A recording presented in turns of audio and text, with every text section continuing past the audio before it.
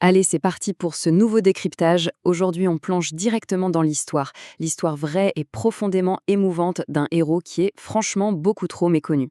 On va retracer ensemble la vie du capitaine Mambaïdiane, un officier sénégalais qui a accompli des actes tellement extraordinaires que son nom devrait figurer dans tous les livres d'histoire. Pour comprendre ce qu'il a fait, il faut d'abord se remettre dans le contexte, et c'est un contexte extrêmement sombre, le génocide rwandais de 1994. Il y a une question assez terrible qui résume bien la situation à ce moment-là. Comment le reste de l'humanité peut-il abandonner l'humanité?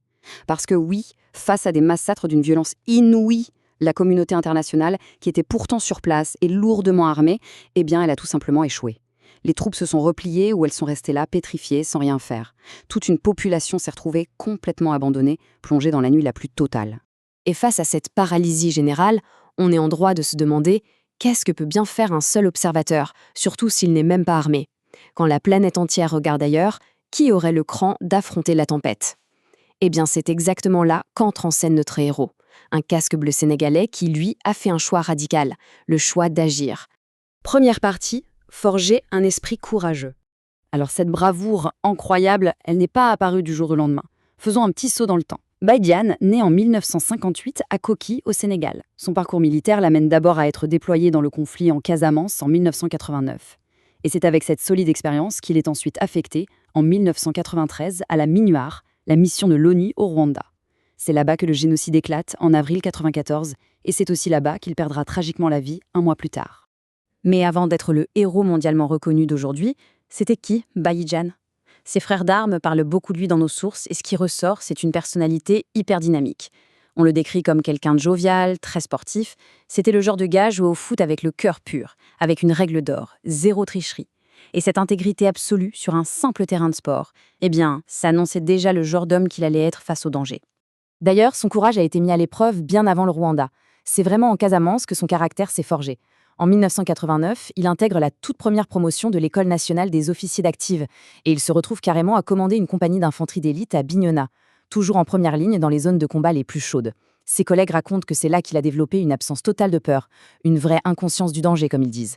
Pour lui, risquer sa vie au quotidien, c'était juste faire son boulot. Deuxième partie, les ténèbres s'abattent sur le Rwanda. En 1993, il arrive donc à Kigali. À la base, c'était censé être une simple mission d'observation pour surveiller des accords de paix. Mais tout bascule le soir du 6 avril 1994.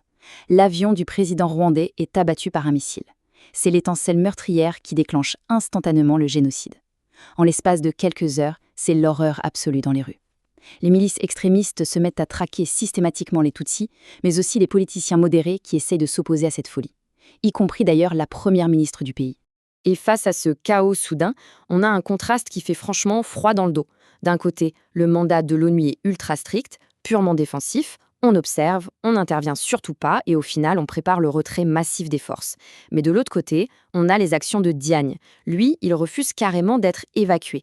Il décide, en son âme et conscience, d'être radicalement proactif et de désobéir à cette consigne d'inaction pour aller sauver des civils terrifiés. Troisième partie, sans armes et déterminé. Là où l'histoire force le respect le plus absolu, c'est qu'il a accompli tout ça sans la moindre arme. Le colonel Mamadou Sarr le résume parfaitement avec cette citation sidérante « Notre seule arme était la parole ». En tant qu'observateur, Mbaye Diagne n'avait pas d'arme à feu. D'après ses collègues, il n'avait même pas l'autorisation de porter un simple couteau. Son seul bouclier face à des milices assoiffées de sang, c'était sa tchatche, son charisme immense et son sang-froid. Mais comment il s'y prenait concrètement au quotidien ? Eh bien, sa méthode était aussi culottée que brillante. Déjà, il arrivait au poste de contrôle les plus meurtriers avec un sourire éclatant, en racontant des blagues pour désamorcer la tension. Ensuite, il entamait d'interminables négociations avec les miliciens lourdement armés. Pour les amadouer, il leur filait des petits pots de vin, des clopes, quelques billets ou même de l'alcool, alors que lui-même était musulman pratiquant. Et pendant qu'il faisait diversion avec tout ça, il réussissait à faire passer 3 à 5 civils d'un coup, planqués sous des couvertures à l'arrière de sa Jeep. Et si on fait le compte des vies qu'il a sauvées avec ses allers-retours incessants, c'est juste vertigineux. Entre 600 et 1000. Laissez ce chiffre résonner un instant. Près d'1 millier de personnes sauvées à la force de la persuasion, sans jamais tirer une seule balle.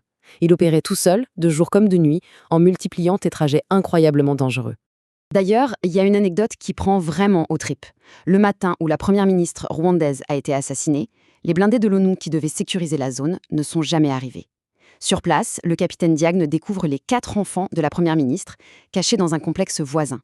Sans hésiter une seconde, il les embarque sur la banquette arrière de sa propre voiture, les recouvre de ses fameuses couvertures et traverse la ville en plein chaos pour les mettre à l'abri à l'hôtel des 1000 collines. Qu'est-ce qui pousse quelqu'un à faire preuve d'une telle abnégation ? Je crois que l'explication tient dans ce principe très fort. La seule façon de prendre des risques aussi insensés, c'est quand le sentiment moral surpasse complètement l'intérêt personnel raisonné. C'était ça, la vraie boussole de Mbaye Diagne. Face aux atrocités, son indignation morale était tellement féroce qu'elle annulait purement et simplement le calcul logique de sa propre survie. Sa conscience humaine a parlé bien plus fort que n'importe quel protocole militaire. 4e partie, le sacrifice ultime. Malheureusement, l'élan vital du capitaine allait se heurter de plein fouet au chaos ambiant. Le 31 mai 1994, la tragédie frappe, et d'une façon atrocement absurde.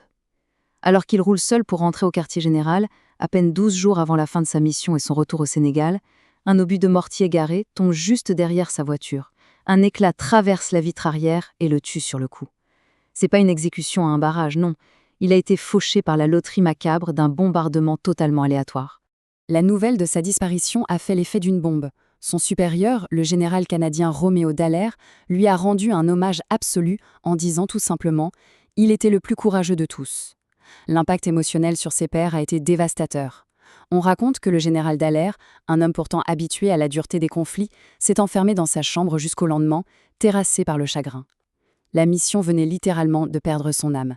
5e et dernière partie, un héritage de bravoure. Parce que oui, la mémoire d'un homme pareil, ça ne s'efface pas sous les éclats d'obus. En 2014, le Conseil de sécurité de l'ONU a pris une décision totalement historique. Ils ont créé une décoration à son nom, la médaille du capitaine Mbaye Diagne pour courage exceptionnel. C'est un truc rarissime. Créer une médaille onusienne pour honorer un courage hors norme, c'est du jamais vu dans les annales de l'histoire militaire des Nations Unies. S'inscrit son nom direct au Panthéon mondial. Et l'hommage ne s'arrête pas là. Aujourd'hui, on s'assure enfin de réparer l'injustice de son anonymat. Le Rwanda lui a décerné sa plus haute distinction, la médaille Umurinzi. On célèbre sa mémoire un peu partout, que ce soit en Italie ou aux États-Unis.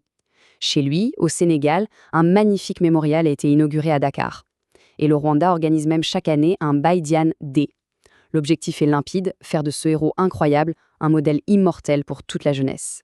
Ce qui nous amène à une réflexion finale, une vraie leçon de vie. Face aux ténèbres, quand tout semble s'effondrer autour de nous, est-ce qu'on se contente d'observer ou est-ce qu'on décide d'agir ? L'histoire de Mbaye Diagne nous prouve de la manière la plus éclatante possible que même seul, même désarmé, un individu guidé par une compassion et un courage inébranlables peut littéralement changer le destin de centaines de personnes. C'est une leçon intemporelle sur notre propre responsabilité. Voilà, c'est tout pour ces décryptages. Prenez bien soin de vous et n'oubliez jamais cette histoire.